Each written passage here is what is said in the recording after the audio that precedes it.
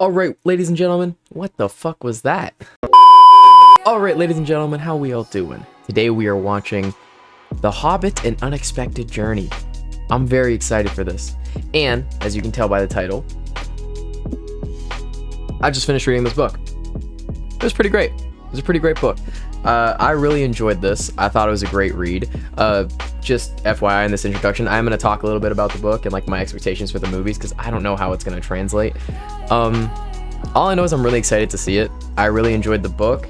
I love the Lord of the Rings universe, or I guess it would be the Hobbit universe because this came out first, but nevertheless. I'm intrigued to see how these movies play out because there are 3 movies and 1 book. So, because for the Lord of the Rings it makes sense because there's 3 books and 3 movies.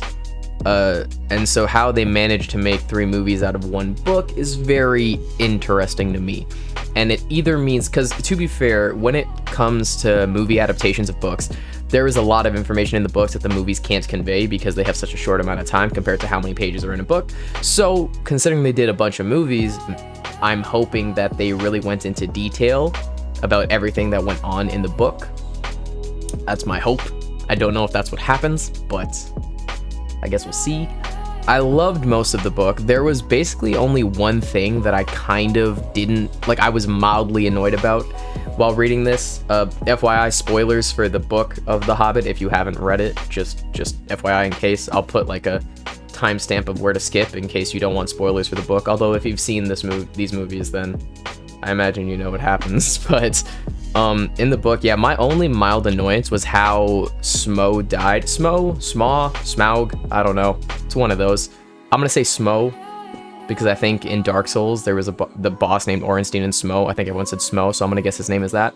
How Smough died really annoyed me because like they spent the whole book talking about him and this big dragon and how he took the gold from all the dwarves and like from Thorin's either father or grandfather, I don't remember, but he was the king, you know, under the mountains or whatever, and Smough killed all his people, took his gold, so like this was their enemy, you know what I mean? Like this wasn't someone else, like this was our enemy, and they spent the whole book talking about it like he was the big finale leading up to it. Like when they finally got to the mountains, when they finally got back there, they had to defeat Smough to claim their rightful ancestral home back and all of their gold.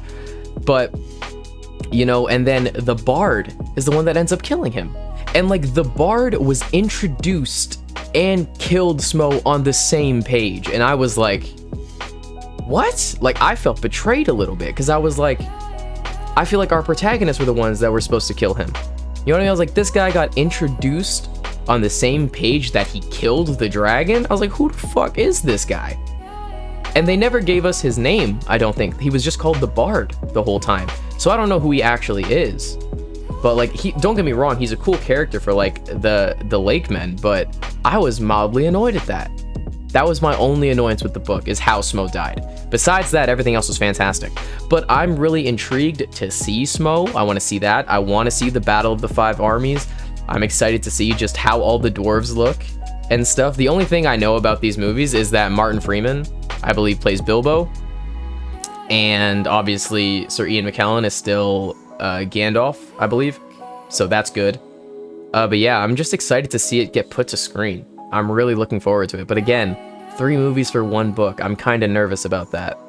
So I hope everything is how it happened in the book. I don't know how much they changed, but I'm really excited to see it. Like I'm excited to see the forest and those wolves, the eagles, the goblins that were after them when they're in the caves.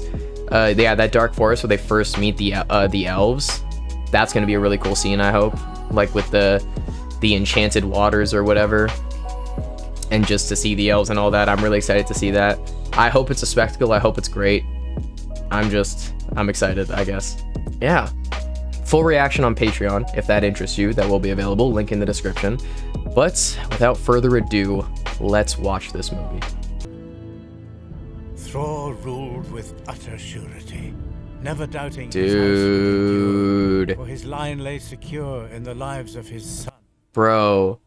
and grandson. The way this looks is way cooler than I was imagining when I was reading the book. Looks so good, man. Smaug. Smaug. Okay, they say Smaug instead of Smoke. Okay, well, now I know how to pronounce it. Smaug. Jesus. I'm so happy they're showing us this, though. Because we have 3 movies, so you might as well flesh out everything. You know? Show us the dwarves getting killed and kicked out of their home, like their home place. And the people of Dale all getting destroyed. Absolutely.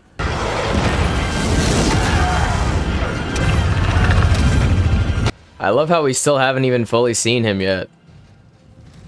Like, we're just seeing his shadow, the destruction he brings, his huge feet. Ah, so good, dude. In a hole in the ground, there lived The first line of the book. Oh, man. The music, the line, dude, it's just warm, fuzzy feelings, you know? Also, this is literally going to be me throughout all the movies, just talking about whether or not this is from the book and whether or not it's good. Sorry, it just is what it is. I don't know what to tell you. Baggins. Yours. Do we know each other? It's so funny how this dwarf, he looks so much more, like, aggressive. In my head, I always looked at them as, like, dopey. You know what I mean? Like, funny-looking things. But these guys are so, like, so burly. Like, manly men. Fail to see why that's relevant. Thought as much. He looks more like a grocer than a burglar. That was one of the things I hated in the books. Bilbo was, like, constantly saving them and doing so much work for them, and they kept shit-talking him the whole fucking book. And, like, kept expecting him to save their ass all the time. Like, bro, I was so annoyed. I was like, if y'all don't respect Bilbo a little bit, like, come on. Only at the end of the book did they finally, like, start respecting him, you know what I mean? But, like, that shit annoyed me.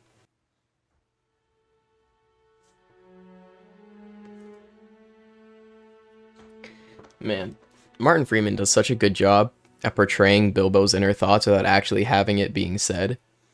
Because, like, in the book, like, he has his inner thoughts here where he's, like, both happy that it felt like a dream, like they weren't actually there, but the Took side of him was sad that he didn't get to go on the adventure. And, like, none of that's being said, but just the music, the shot, and his acting just portrays that inner monologue so nicely. There is one who I could follow. Bro, Thorin is such a fucking badass, dude.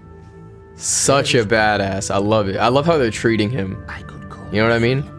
I love how they're treating him. The shots, the way they talk about him, like, that's a king right there. That's the king of the dwarves right there, you know what I mean? Is he a great wizard or is he more like you? flesh. I need flesh. Oh. Ah, that's disgusting.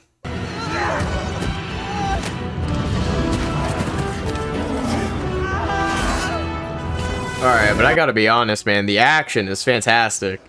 This whole scene has been beautiful. Like, the shots, the fight, choreography, the music with it has been great. I love it. The secret to cooking dwarf is, secret is to skin them first. Oh, Bilbo, that was not one of your best plans. I mean, I know you're just trying to get them to talk a bunch so they can turn to stone from the sun, but skinning them was not the right answer. Who's that?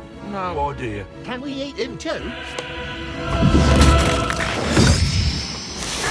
Well, that was kind of badass. Honestly, I don't mind how they changed this scene. Because they kind of made, they kind of gave Bilbo a little bit more to do in this one. Like, in the book, they were all captured, but Bilbo didn't do much. It was mainly Gandalf that was making them talk for a long time and then get turned to stone by the sun. But I like how they changed it in this. Because they gave Bilbo a little bit more to do, which probably earned him a little bit more respect from the dwarves. So that's good. And if you do remember this, true courage is about knowing not when to take a life, but when to spare one. That's a bar. What a line. What a line.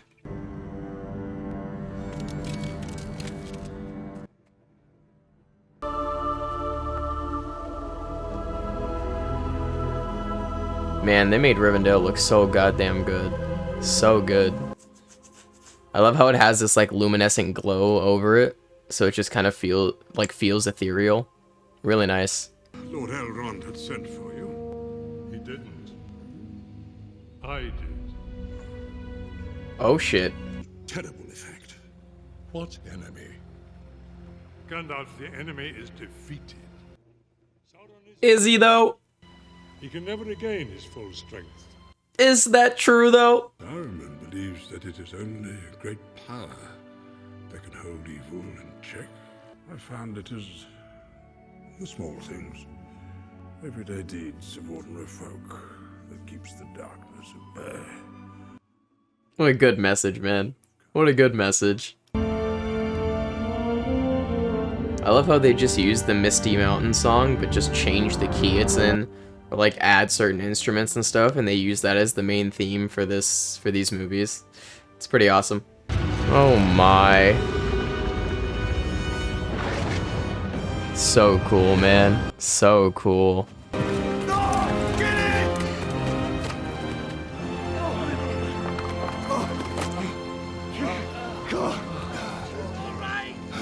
So good to see that. Like Thorin, how much he cares, you know? Like he won't say it, but just like that right there. Just the sigh of relief he has on his face and like just how he was trying to look for them. I love that. You know? Actions speak louder than words. No, you don't. You don't understand. None of you do. You're dwarves. You're used to this life, to living on the road, never settling in one place, not belonging anywhere. Alright, that part hurt. That was a little much. That was a little harsh. But how he's feeling right now is exactly how I felt throughout the book, man. Throughout a lot of it. When Thorin just did nothing but shit on him, and so many of the other dwarfs did nothing but shit on Bilbo. Dude, I felt so disrespected. That looks super cool. What a sick setting.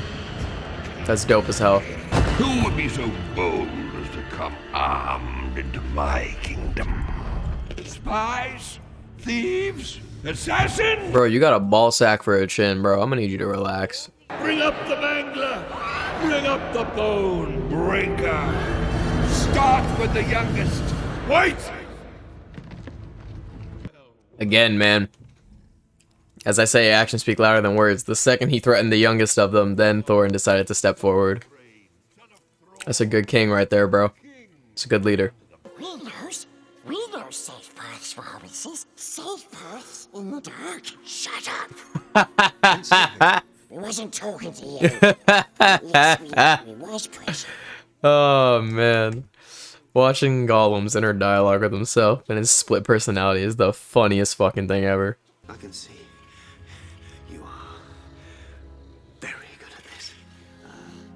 So Man, Gollum is such a tortured creature, dude. So fucking tortured. Like, seeing that smile right there when he said, let's play the game, like, I feel so bad for him. Just so corrupted. Or nothing. Two guesses at once. Wrong both times. Cut off his head! Yes, Gandalf! Let's go! Yes! I was waiting for him to come back. What an absolute fucking king. Love Gandalf. Although in the book he killed him with lightning. That was kind of just light. But I'll take it.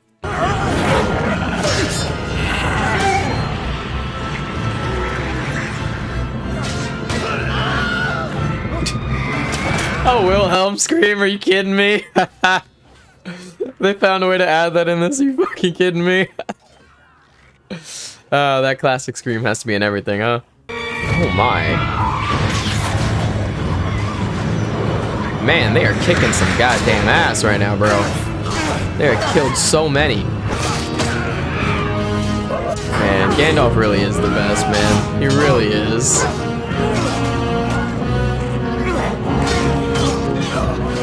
Again with that Misty Mountains in the background, but now it has like triumphant horns added to it. Really good. Ah! Ah! That'll do it. Nice.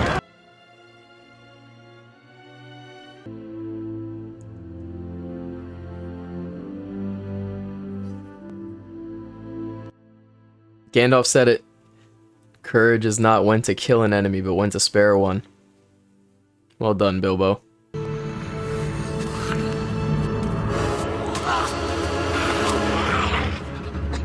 Aww. I was waiting for that moment when he jumps over him, but that was so much more lame than it was in the book. The book, like, I don't know how they made it so exhilarating in the book, but when I was reading that in the book from Bilbo's perspective, as he was like hiding behind the barrels and couldn't get by Gollum and all the goblins were there, and he just summoned up all the courage to jump, and it was like he jumped 7 feet in the air and 3 feet forward. Like, I was cheering when I was reading that part. That didn't live up to my imagination, sadly, but that's okay. You're sort of nothing but his soft bed and his warm hearth since first he stepped out of his door. We will not be seeing our Hobbit again. Stop disrespecting my man, bro. Stop. It's rude. No, he isn't.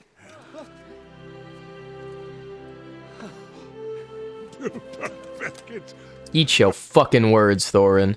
Like, I genuinely love Thorin and the dwarves, but man, every time they were shit-talking Bilbo, I wanted to punch them all in the face.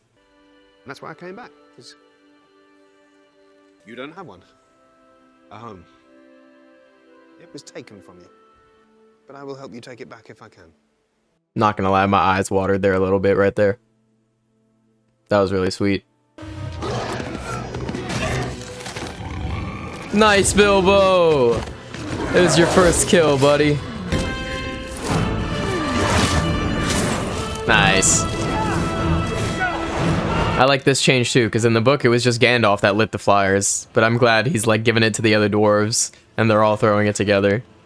I like it. Bro, that stare. That death stare. Bro. Oh, that's badass. Oh, that's not good. Oh, dude, it looks so dope, though. It looks so good. Visually, an absolute spectacle. Yes, Bilbo! Summon all your courage, little guy. Yes, Bilbo!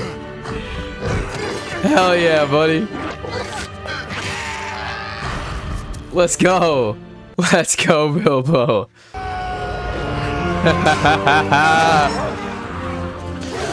Hell yeah. There they are. There they are. About time. Oh man, this whole final action set piece has been so damn good, dude. So damn good. This whole climactic ending has been phenomenal. And he proved you wrong. And he proved you wrong. Say it. Say you were wrong. I've never been so wrong in all my life. Thank you very much. Yes, sir. Growth. Let's go. I'm sorry I doubted you. No, I would have doubted me too. That's such a Bilbo thing to say. Warrior, right. I do believe the worst is behind us. I don't know about that. Are we gonna get to see Smaug? Let me see him. Let me see him. Let me see that beautiful dragon. Oh, hell yeah. Oh, hell yeah. Oh. That's how you end? That's how you end?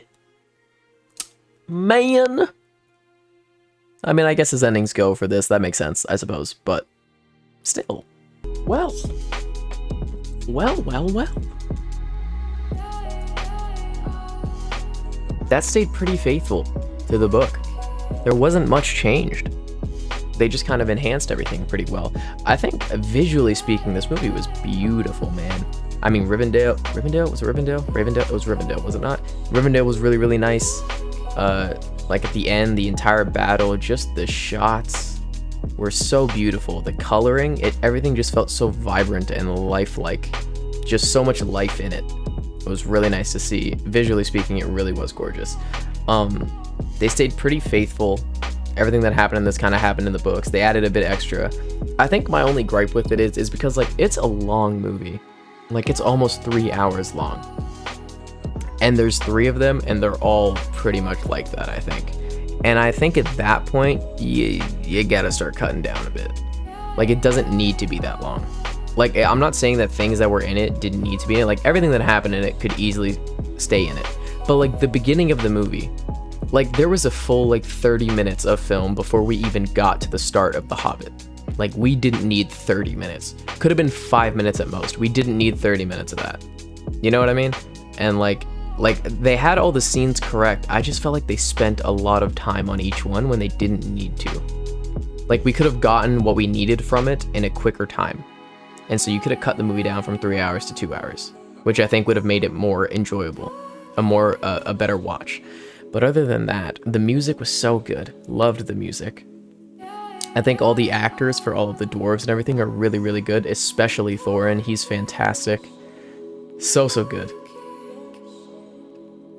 And Balin as well, his actor for his character, I love him, and Philly and Keely as well. They're also fantastic, the two young ones. I love them. Yeah, but that was really, really good, man. I enjoyed that. I mean, it was mainly because, I mean, it's just fun seeing the book you read come to life in a good way, you know? Very subtle changes they made, and I think some of them even enhanced things, you know, like at the end there with how the fight panned out. Like, it didn't happen exactly as it was, but it basically got the gist of it, and it was still really good, so I'm cool with that. I was really sad about that jumping part, man, where Bilbo jumps over Gollum and stuff, because, like, dude, I remember reading that part, and oh my god, I was so pumped. Like I was audibly gasping when that shit happened. Like, I was so exhilarated for him when he made that, because you're like reading his inner thoughts, and you can see how scared he is, how much courage it takes for him. Like, his heart was beating out of his chest, and he was there for a while, and like he saw the goblins that were just standing at the door, and he was following Gollum. Like, the dwarves had made it to safety for a minute, and then Bilbo shows up out of nowhere later on, like after they thought he was dead. Like, that's when it made so much more of an impact, because you were like, they thought he was dead, there was no way he could have made it, and then he makes it, and you're like, yeah, man. And like when he jumps over, like literally in the book, he's like, he jumps like 7 feet in the air and 3 feet forward right over him, and I was like, you know what I mean? Like, I was fist pumping in the air when that happened. But in the movie portion, like, the jump wasn't treated as such a big deal, which kind of made it feel a little lame, because in the book it was a pretty big deal. It was like his huge obstacle to finally get back to his friends. But I did really like the part of him not killing Gollum, like when he was just holding the sword there and Gollum was just staring at him, and just that sentence from, oh sorry, that sentence, that's as Canadian as it gets, dude. I just apologize to my microphone. When he refused to kill Gollum, yeah, that sentence from Gandalf was just ringing in my head.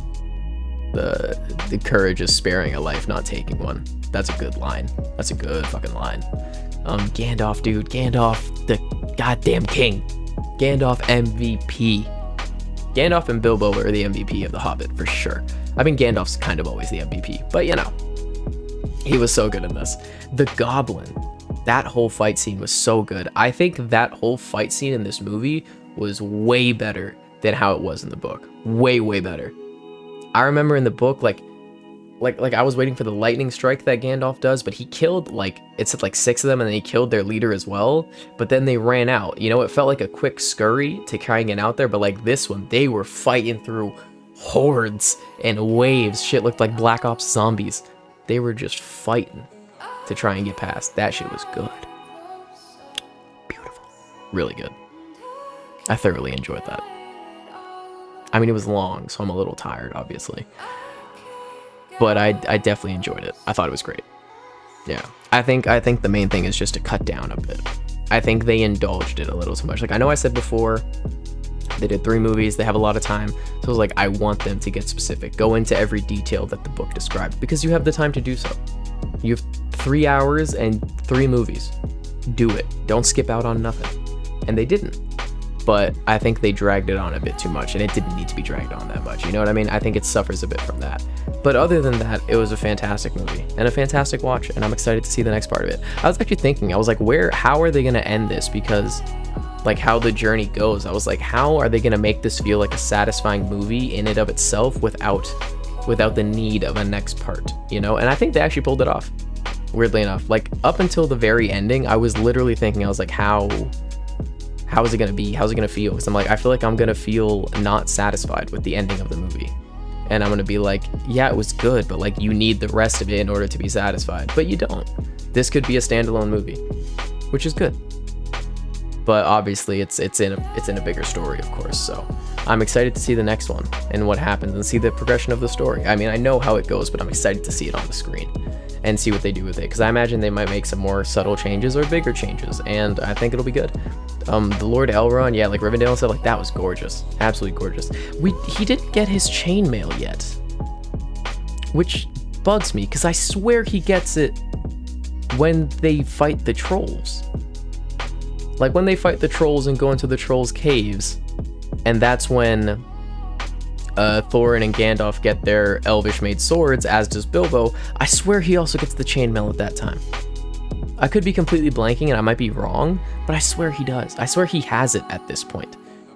But I guess we'll see him get it later. But I remember reading about that chainmail and I like got such a big grin on my face because I was like, that's the chainmail he gives Frodo in Lord of the Rings. I was like, oh, that's so cool. We get to see how he gets it. But we haven't seen him get it yet, so... But... I digress. Great watch. Great movie.